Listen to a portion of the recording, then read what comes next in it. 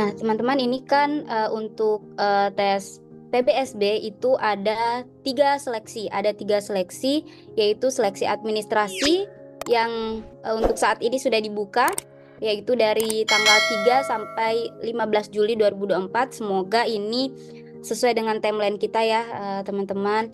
Karena mungkin jika memang banyak kendala bisa jadi ditambahkan, tapi semoga ini bisa sesuai alurnya, jadi tidak terlalu lama dalam proses semua seleksi di PBSB 2024 ini. Kemudian ada tes berbasis elektronik, ini yang akan saya jelaskan atau ini yang akan saya sampaikan.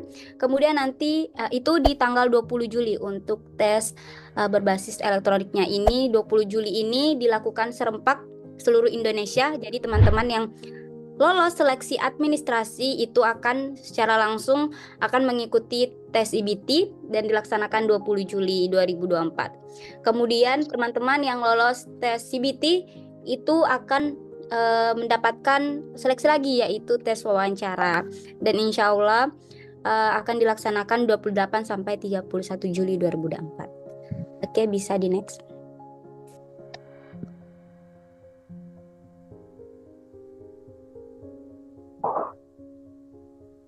Nah, jadi apa sih tes berbasis elektronik atau tes CBT ini?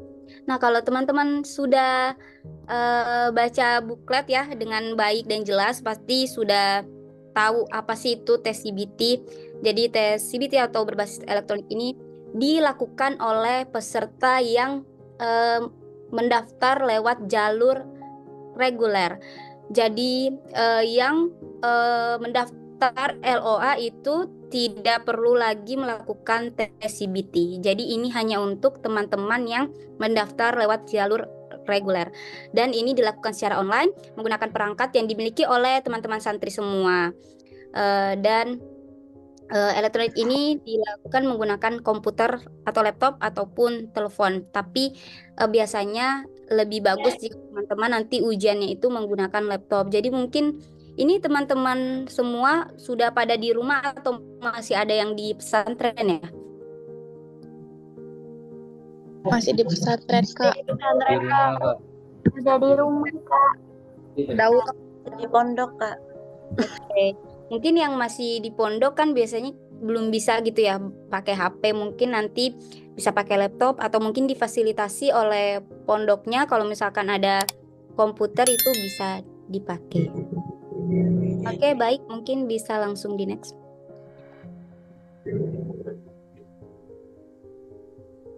Nah, ini ada beberapa tahapan sebelum melakukan tes. Jadi ini tahap-tahap yang teman-teman perlu lakukan sebelum nanti melakukan tes CBT. Yang pertama, yang tadi yang saya sampaikan, mempersiapkan perangkat berupa komputer atau laptop ataupun gawai yang berbasis Android ataupun iOS.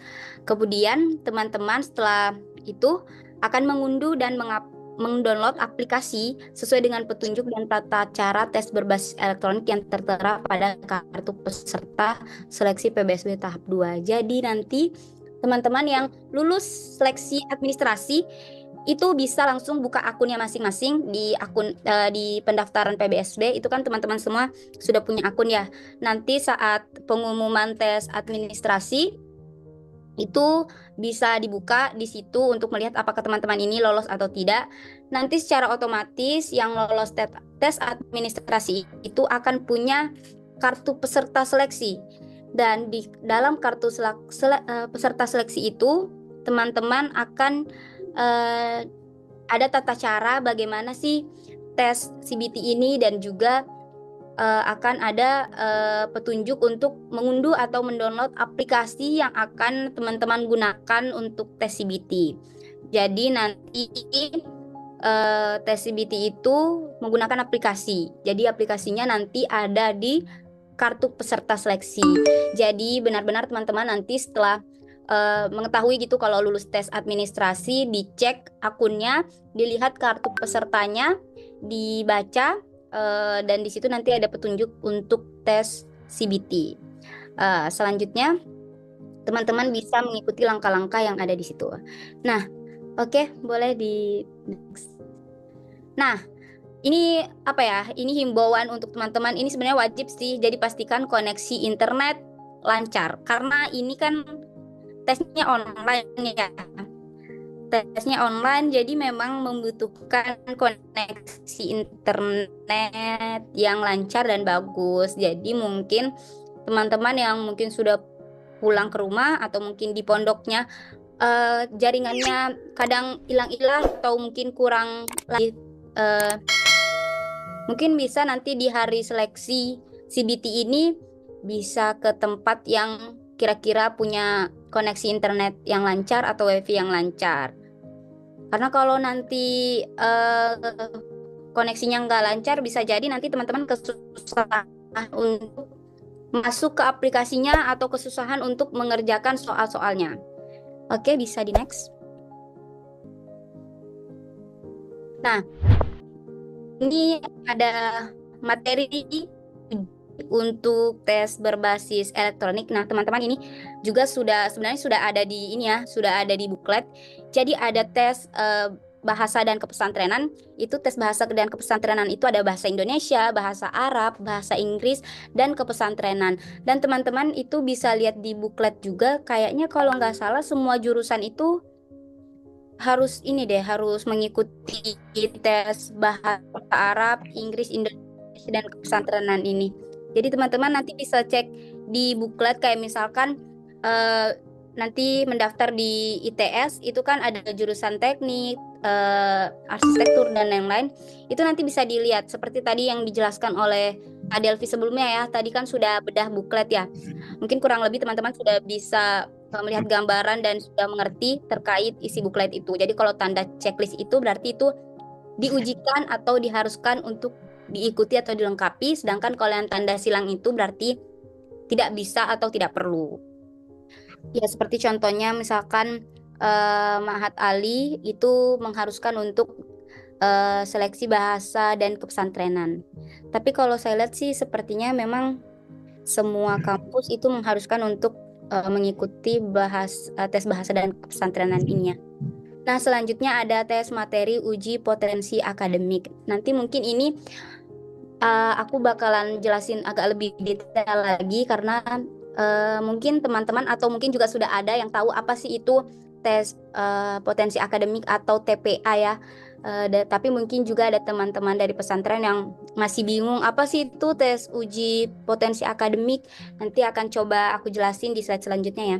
Dan untuk selanjutnya itu ada seleksi kemampuan bidang studi. Jadi teman-teman misalkan nih jurusan keagamaan di pondok itu nanti akan mengikuti itu nanti soal seleksinya itu tentang keagamaan. Jadi misalkan akidah akhlak, seperti itu. Kemudian untuk sosial humaniora pun begitu. Ya, soshum itu nanti berarti ekonomi. Teman-teman mungkin teman panitia bisa bantu di mute ya yang suaranya bocor. Oke, untuk sosial humaniora itu berarti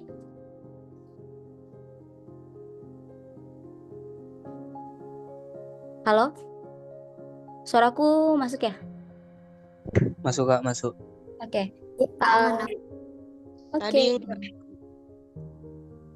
Oke, selanjutnya. Jadi untuk yang soshum itu berarti nanti tesnya kayak ekonomi, sosiologi, geografi seperti itu ya.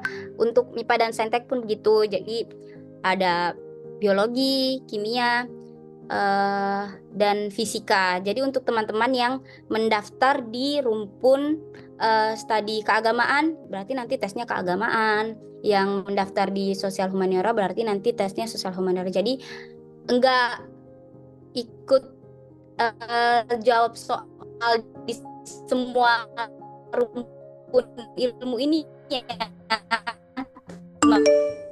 Jadi ini sesuai dengan apa pilihan kalian Kak, suaranya nanti di jurusan bahasanya. Kayaknya bahas. Halo? Masih putus-putus enggak? Putus. Ulang Kak, suaranya putus-putus. Masih Kak. Sekarang masih putus-putus. Udah aman. Oke, siap. Tadi sampai mana ya? Pokoknya intinya teman-teman nanti yang tes kemampuan bidang studi ini teman-teman itu mengerjakan soalnya itu atau nanti otomatis di CBT-nya itu, di aplikasinya itu, teman-teman akan mendapatkan soal sesuai dengan rumpun ilmu yang teman-teman pilih. Tadi saya jelaskan. Kemudian begitu pun dengan yang daftar S2 dan S3, nanti akan ada kemampuan bidang studi program S2, S3 maupun double degree. Dan ini nanti soal-soalnya akan dibuing Universitas Mitra PBSD ya teman-teman. Jadi itu pure dari kampusnya memberikan soal ke teman-teman. Tapi untuk soalnya pun ini pasti tidak jauh beda dengan apa yang sudah teman-teman pelajari di SMA.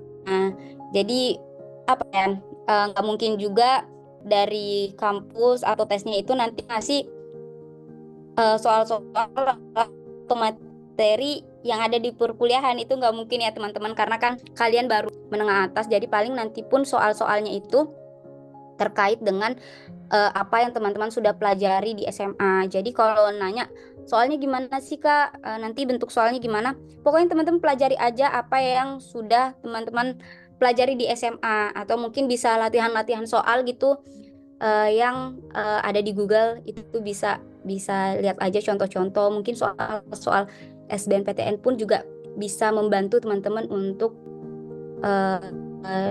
latihan-latihan soal.